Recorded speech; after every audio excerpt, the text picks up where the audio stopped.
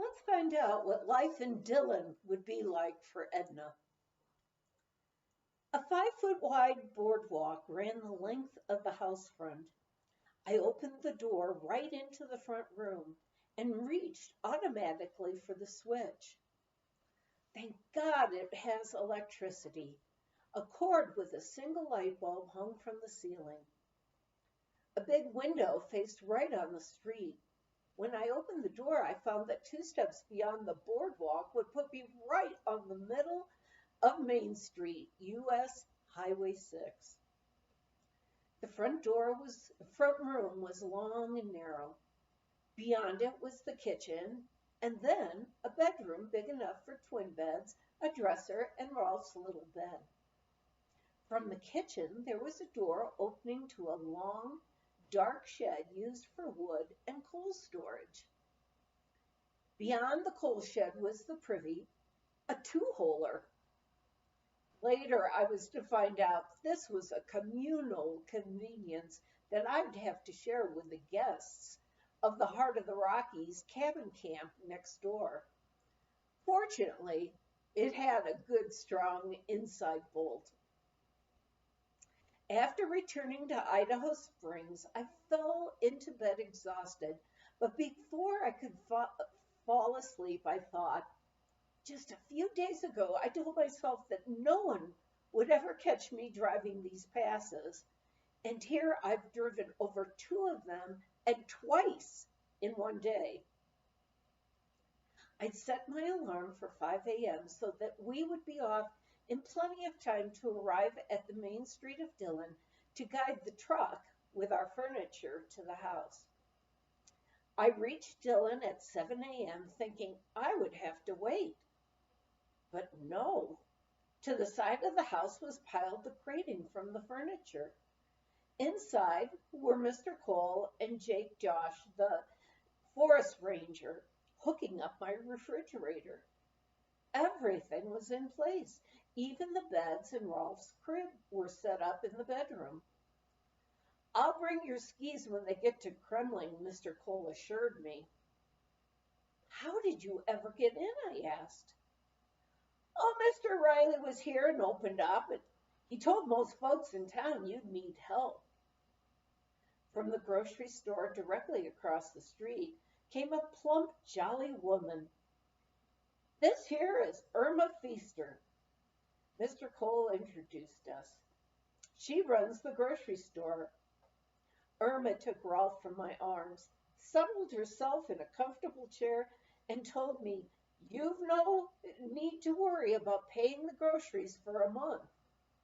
I laughed happily. Thanks, Irma. I don't think I'll be lonely here. That's what I was afraid of most. That night I wrote to Max to tell him all that had happened in just 2 days. I'll drive out to the ranch, I wrote, and see what I can do to clean up around there. Maybe I can get the irrigation ditch going. And to my mother in Minnesota, I wrote, I really wish you were here. I know you'd like this crazy old town with such friendly people. It's a far cry from Minnesota, not to mention Penn State. You would believe you were back in Norway in the mountains you miss so much. The next morning at the post office, I was delighted to find a letter from Max, forwarded from the Idaho Springs Forest Service. It had taken him almost a day to get up to Mount Evans, following the big rotary snowplow. Max wrote about getting settled for the summer, contacting visitors, fire detection, hauling lumber, and living with some interesting research scientists. Max's last paragraph made me wish that Rolf and I could join him. I've seen bighorn sheep several times, a ram with 5 ewes, less than 100 feet away, and for 15 minutes at a time. Today from the peak, I heard several bull elk whistling. I've seen marmots and conies in the rocks. They're fun to watch. At night, Denver lies below us like a giant glittering tiara. Miss you, love Max. Early one morning, just about a week after I moved to Dillon, I was awakened by the sound of gunshots. They sounded quite close, so I rushed to the front window. There, across the street on the boardwalk in front of the Mint Saloon, sat two cowboys aiming their rifles right at my house. I jumped back, terrified, and tore into the bedroom. I'd better get dressed in case I should need to uh, run out the back way through the sagebrush. But the shots had stopped. Peeking out the window again, I saw the door of the Mint swing shut behind the two men. The grocery door was open, so I rushed across the street and breathlessly burst in on Irma. Irma, I panted, did you hear those shots? Those cowboys were shooting at my house. To my amazement, Irma started laughing. Honey, she was almost choking with laughter. They weren't shooting at your house. Most every Sunday morning they try to ring the church bell. See? Right over the top of your house. I looked, and sure enough, there was the church bell tower in plain view beyond my house across the sagebrush field. I had also noticed that the two-room schoolhouse was near the church. Now I walked around behind the house and looked at it. Oh no, I thought. My children will grow up and go to that? 2 rooms for 8 grades? For the first time, I felt apprehensive about the future. Without sensing the first bit of snobbery in myself, I thought there must be a bigger and surely much better school somewhere near here. A couple of days later, when I was fixing lunch, the door opened and there stood Besmore, my little Norwegian mother. How did you get here? I asked with great relief, bursting into tears. I suddenly realized I wouldn't be alone anymore. Besmore said, Max wrote to me and invited me to come. He told me, when you get off the bus, just ask anyone in Dillon, and they'll tell you where Edna and Rolf are. And what's all that lumber on the side of your house, Edna? It looks bad thrown out there. And when do I see Rolf? Early the next morning, I heard strange sounds outside the bedroom window. I'd forgotten my mother's habit was getting up at 5 a.m. I looked out the window, and there was Besmore in a big floppy sun hat, sitting on a log stump that she'd found in the coal shed. She had located the tire jack in the Ford and was vigorously pulling the nails out of the crating and stacking the lumber neatly. A couple of days later, when I found it all gone, she informed me that she had sold it to Mr. Riley, only she called him Old Man Riley in her Norwegian accent. Then she handed me a receipt for 2 months' rent. It was a good trade, she said with satisfaction. With the 87th Infantry stationed at Camp Hale, just beyond Leadville, the bars in Dillon were doing a bang-up business. The ski troopers crowded in every evening, and the honky-tonk pianos vied with the ring of the slot machines.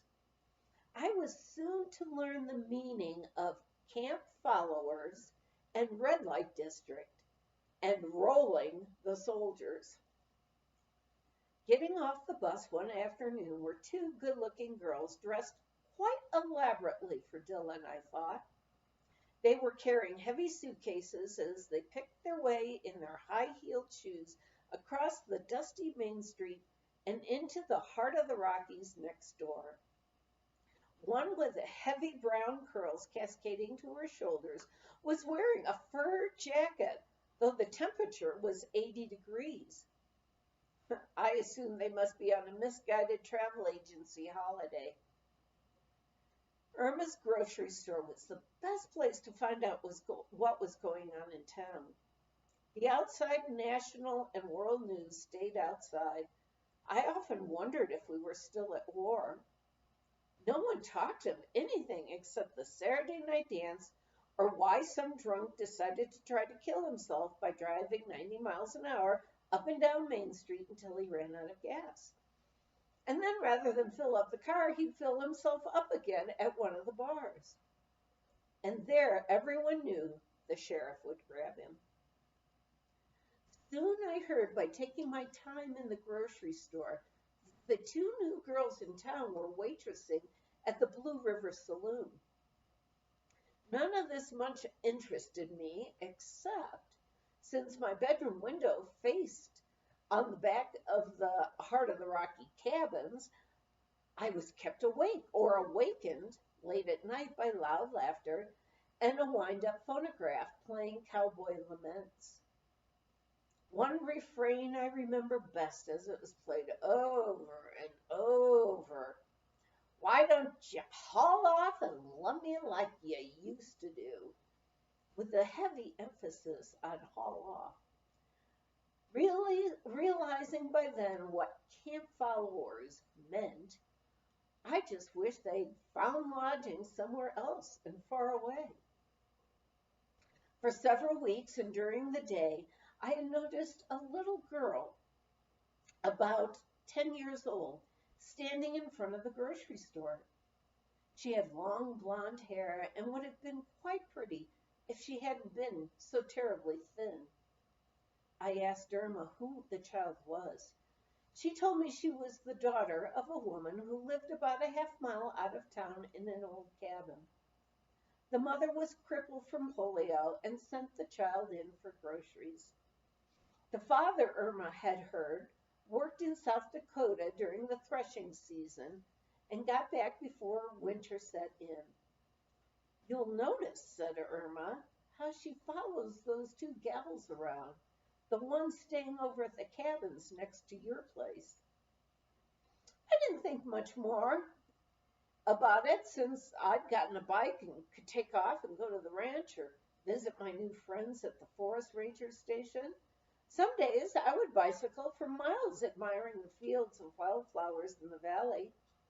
Having Bessmore there with Rolf gave me so much more freedom. One morning I was giving Rolf his bath in front of the kitchen window, which faced the cabins, and I saw a green sedan pull up in front of them.